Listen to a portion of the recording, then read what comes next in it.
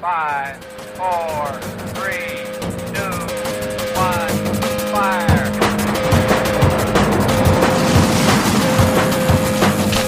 The only thing we have to fear is fear. Mile 18. This is Endurance Nation. Resource alert. Hey, do you struggle to be consistent with your training? Do you have high aspirations, but they don't turn into reality when you're there on the ground training? Are you finding that your fitness goes up and down just like every time you hop on the scale? It's not because you're poorly organized, not because you don't have the energy or the motivation. It's because you don't have the right habits in place. The most successful athletes that we have worked with over the past 17 years have built a lifestyle of habits that empower them to stay on track with their training and keep them going through the highs and the lows. You need something beyond motivation to keep you going, and that's what our habits are for. You can access some of these key habits. Take the framework, take the template and the scripts, use it in your own life. You can get it for free online if you go to endurancenation.us/habits. Download the PDF resource, get up to speed quickly. It's not you, it's your habits. And we've got the fix. Endurance Nation.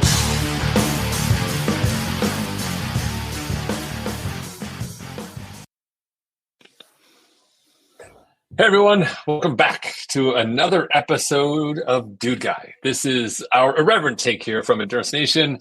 Two dudes, two guys, just two of us because we're dude guys, not dudes and guys.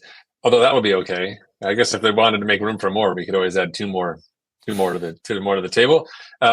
Little irreverent takes on things going on in the endurance space, things that are happening inside the Endurance Nation community writ large, and the endurance community in general, globally, and what sort of trends and information that's happening. And today's episode is going to be a little more insularly focused, perhaps a little more close to home for the two dude guys sitting right here, who are borderline grandpa dude guys. Talk a little bit about the Masters mindset. Yeah, sorry about that. I called you out, but I think. Exactly, gray hair. I guess some gray hairs in there. And this is something that we've struggled with inside the team, working with our community of athletes. But also, it's I think something that is easily do-guyified. So with that, Matt, are you ready to talk a little bit about the Masters mindset? I am totally ready. Let's do it. I'm super excited. Okay, so. Dude guys never get old because we're young at heart. We're obviously just small, immature teenagers who know everything that's good and are proud to shout it from the rooftop. So Masters, we're talking about Masters. We're talking about Masters myths on the dude guy side. So I remember when I was a young dude guy, a little baby dude guy, I would often at races get my ass kicked by people who were old dude guys who were masters. And I get mad at those masters. I'm like, that he just told me he was so old and then he was faster than me too. So is it true that dude guys and who or masters, dude guys, or just masters in general, are sneaky, conniving, sandbagging losers who just deceive the youth of their generation into falling prey to our sneaky attacks on race day? Or are we genuinely facing physical challenges that force us to adapt and change our training? I would say definitely like sneaking and cunning are probably the experienced ways out, especially in those longer. But I don't think there's any conniving going on, maybe, but it's just the experience, I think, and the years of the years of experience and the years of training, I think, carry a certain, level of advantage, over brute force of fitness. I don't think you solve every race by fitness.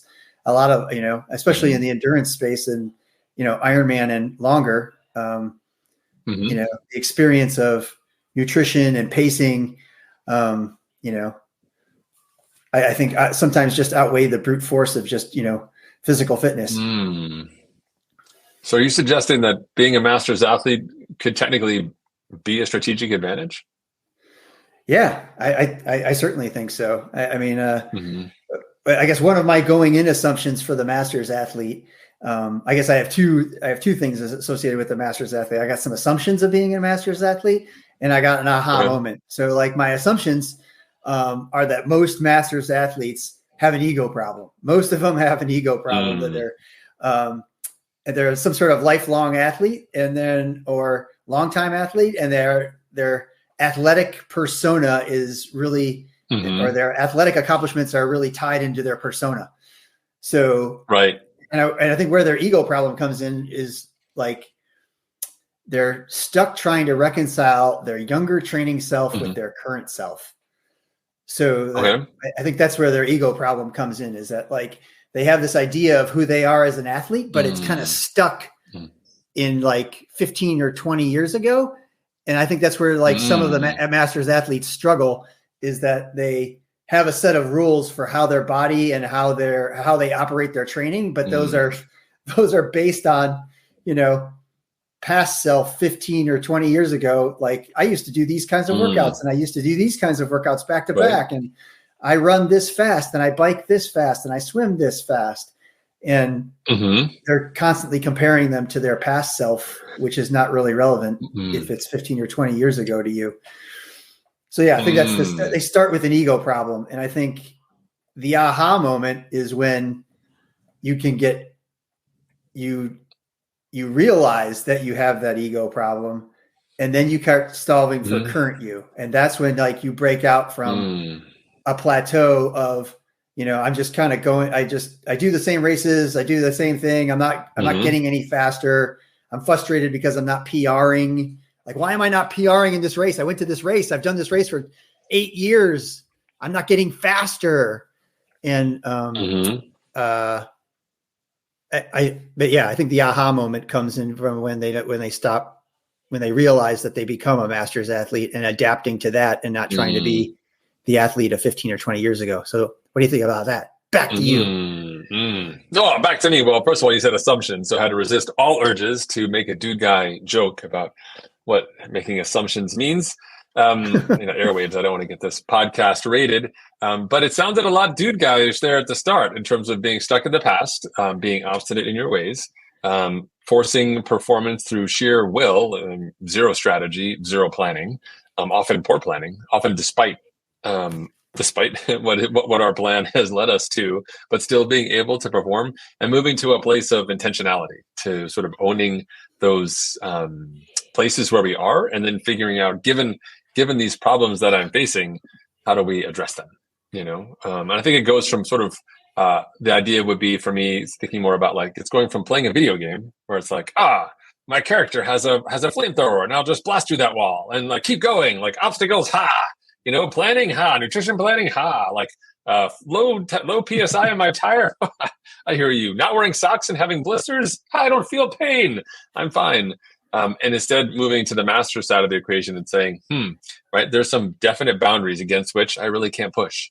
And as a result, how do I maximize the opportunity I have in other areas, whether it's planning, maybe a little bit, I'm not going to say, connivingness, but maybe a little argy-bargy, a little, planting the seed, getting your opponent to make a poor decision, and perhaps that may advantage you down the road. I could see some version of that. But all in the name of optimizing, sort of our performance given the constraints we have on our system. And so for me, if I take my dude guy hat off for a second, I think being a master's athlete is recognizing that there are limitations to your overall potential. Either recognized by a result of age or, wear and tear or, like geographical location, whatever those things are. The flexibility you enjoyed, literal and figuratively, as a younger athlete is predominantly fading rather rapidly. You can still be fast, you can still be awesome, you can still do incredible things, but you have to sort of pick and choose those places as opposed to just any given day. Like this Tuesday, let's go hard. How about Wednesday? Let's go hard. Hey, what are you doing this Thursday? I think I'm going crazy. And you're like, no, it doesn't work anymore. But you can still have a great weekend. You can still have a great week. You can still plan accordingly. But there's sort of a different approach to success, I think, that comes with being a master's athlete. So I still want to hold on to the parts where the master's athletes are like tricky and smart and, like, ooh, maybe not so trusted because, hey, we got to pass that torch on. Got to have a little bit of fun with the youth out there. But I think to your point, it is a very introspective journey to really come to terms with where you are.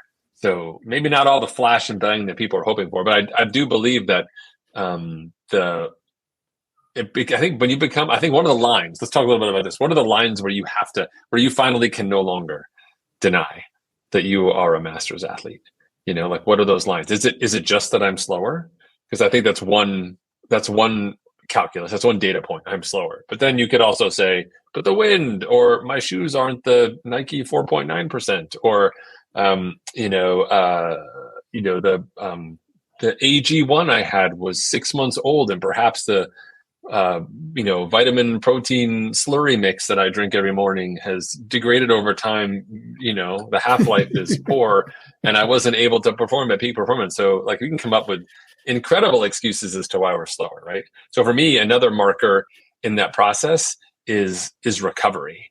That in the past I could do back-to-back hard sessions on the same day. I could do back-to-back hard sessions on consecutive days. And now I'm at a point where if I do a hard session, I can do it just as hard as I did it before. But that next day, I can't do that same hard session again. I just won't be able to hit those numbers. It starts to the drop off is more rapid because the recovery window has just expanded.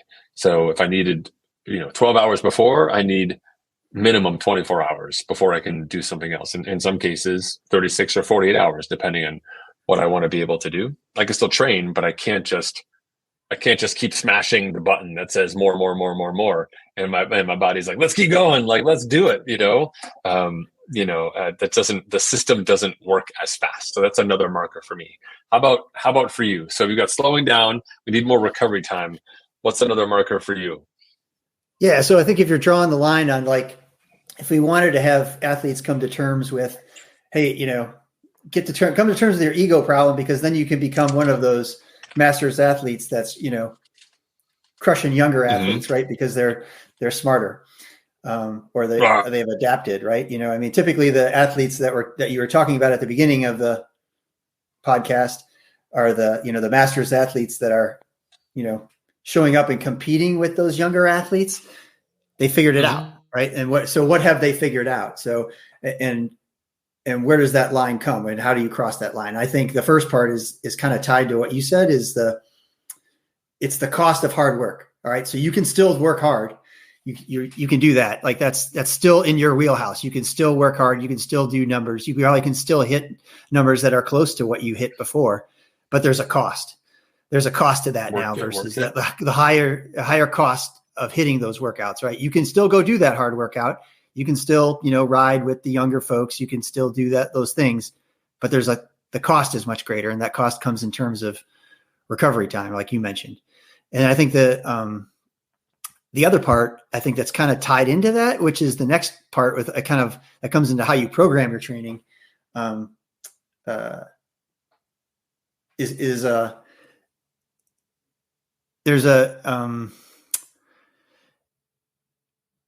there's less room for error, right? So like if you do that hard workout, right, and then you do that other hard workout back to back, now the cost of that mistake is now greater for you, right? Because now, okay, maybe instead of it taking a day to recover, now it takes you 3 or 4 days to recover because you made that mistake. So the room for error is smaller. Like when you're younger, you can blow up your training and then take a complete day off.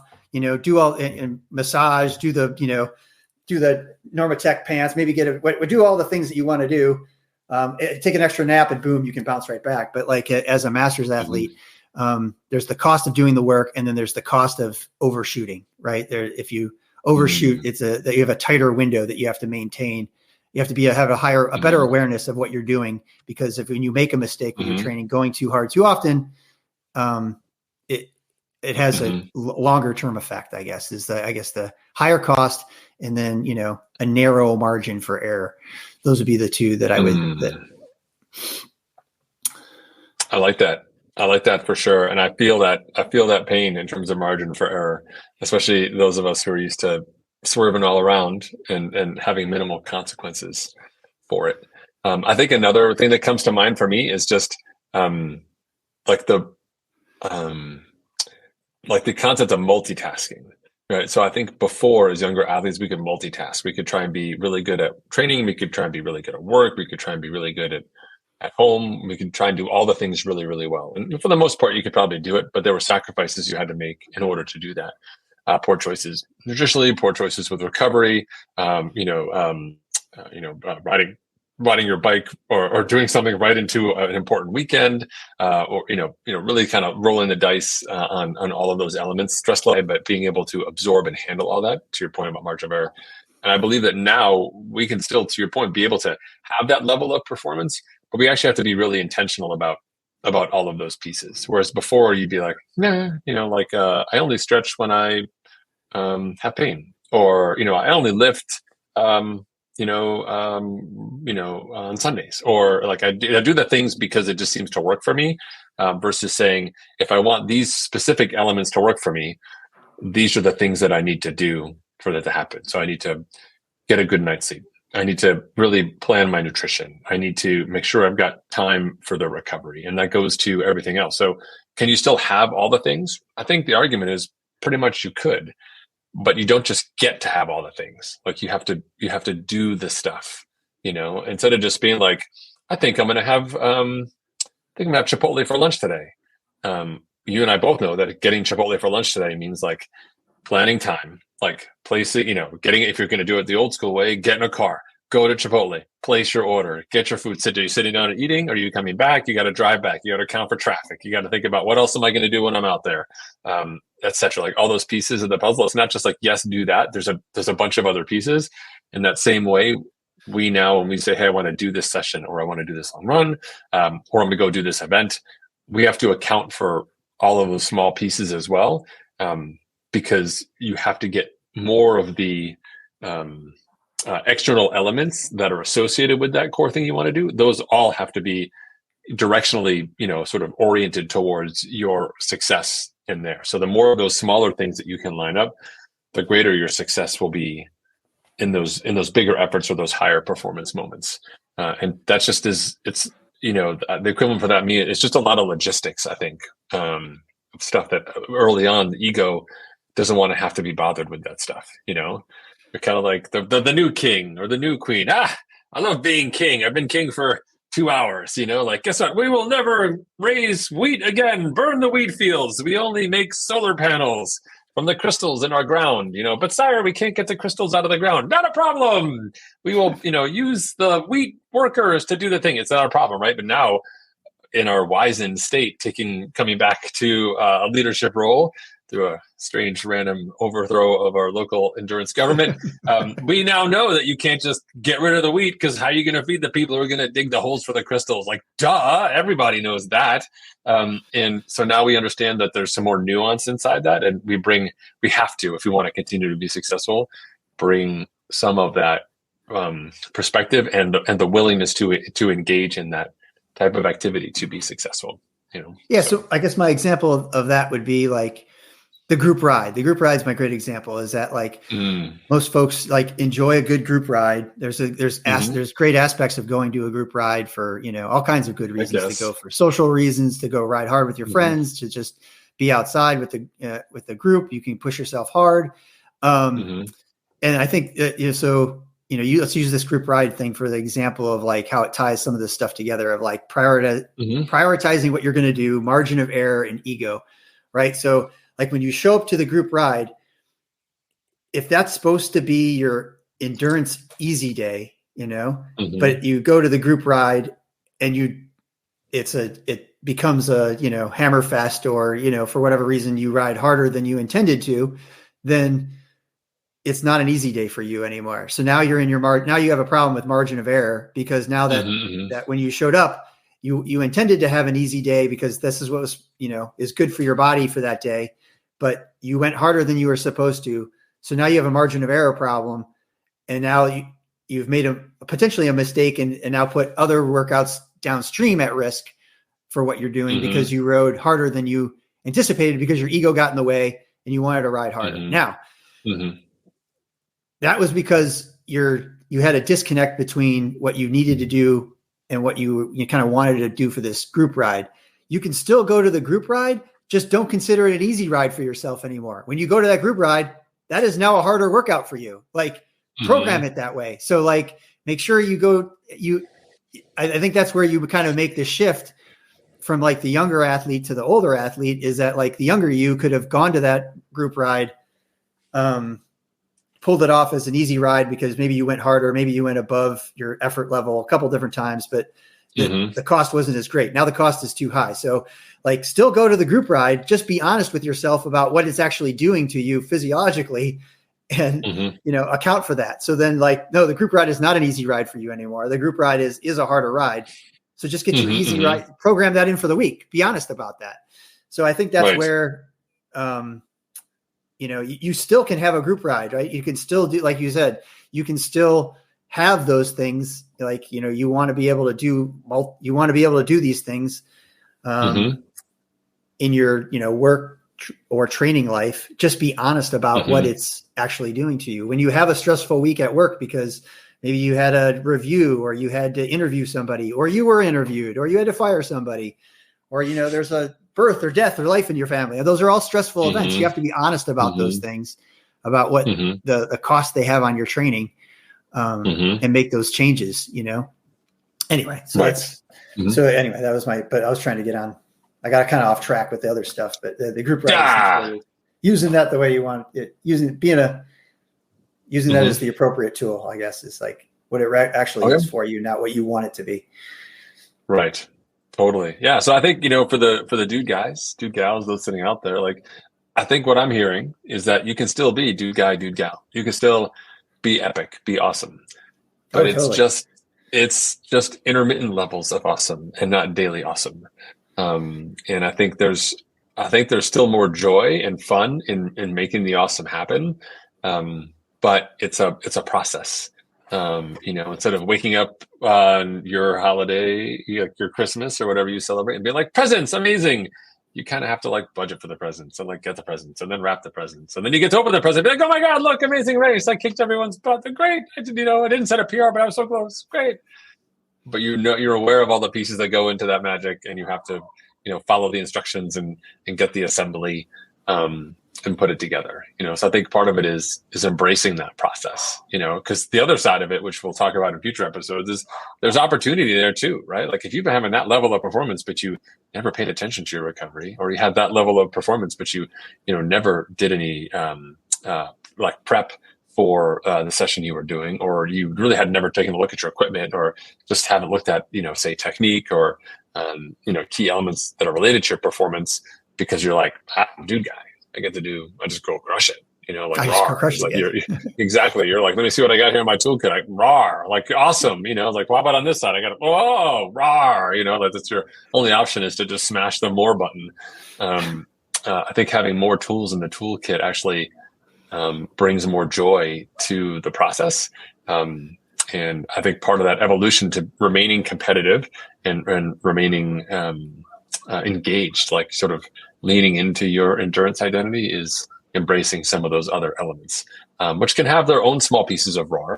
But there's nothing wrong with showing up with, being super lean and being all dialed in because you finally figured out the nutrition after ignoring it for years, or nothing wrong with showing up with like the super matchy stuff, like having your kit game dialed in, whereas before you look like you came from a yard sale, but you still crushed everybody, that you're sneaky undercover athlete because you just didn't have your act together.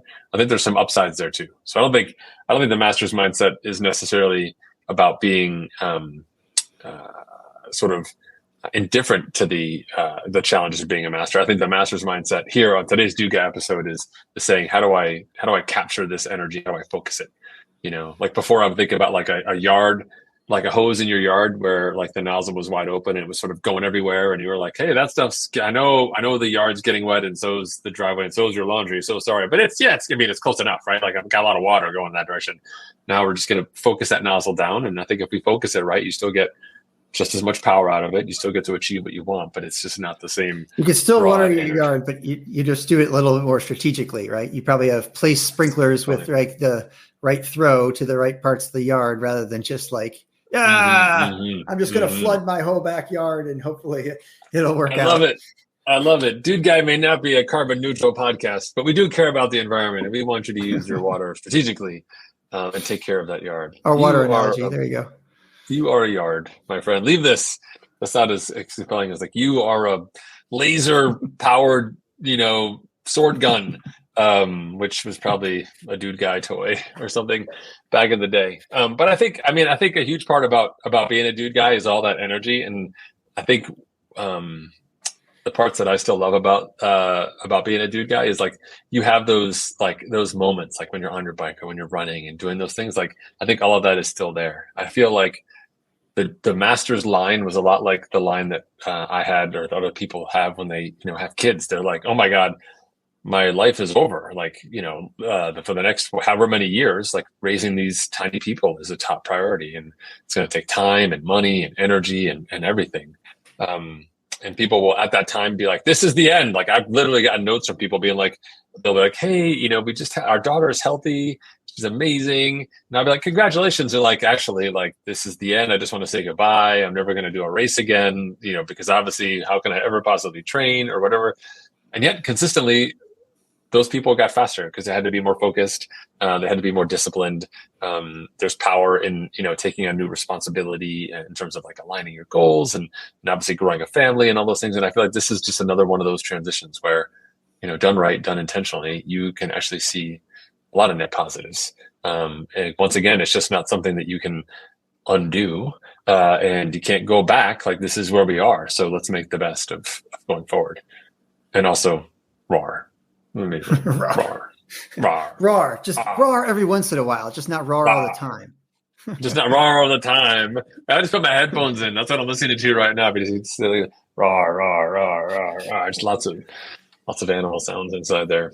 Awesome. So not necessarily a sobering dude guy episode, but one filled with a little bit of realism, some recognition of some of the challenges that we face as masters athletes. But I smelled a little bit of opportunity, and I look forward to unpacking that in a future episode, and our other regularly scheduled Endurance Nation episodes coming out with just lonely me. Less exciting, but some conversations about the Masters topic coming out here in March. So look forward to discussing that with all of you and hearing your feedback on the socials, or go to our newsletter, endurancenation.us/newsletter. You can sign up and get our weekly updates on more of a deep dive on some of these topics, see what else is coming up inside of our community, take advantage of some cool discounts and other things that are happening there as well. So do check that out, endurancenation.us/newsletter. Otherwise, dude guy, this was an amazing 25 minutes and 57 seconds. Thank you for joining me today. Do you have any roar plans for this weekend? What are your roar plans? Roar! I roared too much. No, I roared too much at the beginning of this week, and now I'm in my margin of error right now. So I'm trying to right the ship. So, but I realize that I realize that I violated my margin of error. So I am now back to righting the ship, which that it'll be fine. Okay. I'll get stronger, and I'll adapt from that. But past me would have kept continuing roaring. I would have buried myself even further. So I'm in a good place. I think I'm happy. I'm going to move the needle if I'm going to recover. I'm going to recover and I'm going to move the needle. It's going to be good. I love it. I love her. Nothing wrong with over roaring as long as you get yourself right back on track. I love it. All right. I was traveling this week, so I have opportunity to over roar this weekend, but I'm trying to be a little judicious about it and just do the right amount of roaring. So we'll see if I can get it right. Just enough to make people be like, oh my God, there's a crazy animal inside that cage. Not enough. That cunning old guy. Oh my gosh, how did he do that? And then he goes back and recovers for 2 or 3 days.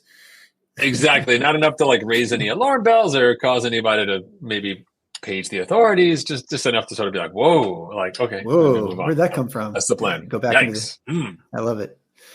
So got it. All right, brother. Hey, thank you so much for another episode. Roar. Everyone else, we will see you later. Roar. Signing off with a roar. Be well. Endurance Nation.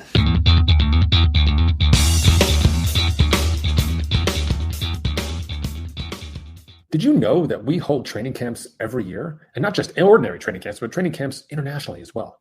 This week, I want to talk to you about our Mallorca training camp. We are going into our 7th year of hosting camps in Mallorca, a spring journey, a sojourn in April of teammates new and teammates to be who come together to enjoy this magical island, the home of cycling in Europe. This is your chance to join us for a guided tour. We base ourselves out of Port Paenza. It's a fantastic environment. We have a great guiding crew. There's different levels based on different abilities, so there's no pressure for you to ride faster than you want. We have 5 or up to 7 days, depending which option you choose, of incredible cycling options. We're at the base of the Tramontana Mountains, so you can go left to stay flat, or you can go right to go up, or you can do some combination thereof. Enjoy some incredible Spanish cuisine, Spanish wine, great friends, and a good time by checking out our Mallorca camp. All of our camps, including the Mallorca camp, live online at Mile 18. You can find them at www.mile18inc.com. That's mile18inc.com.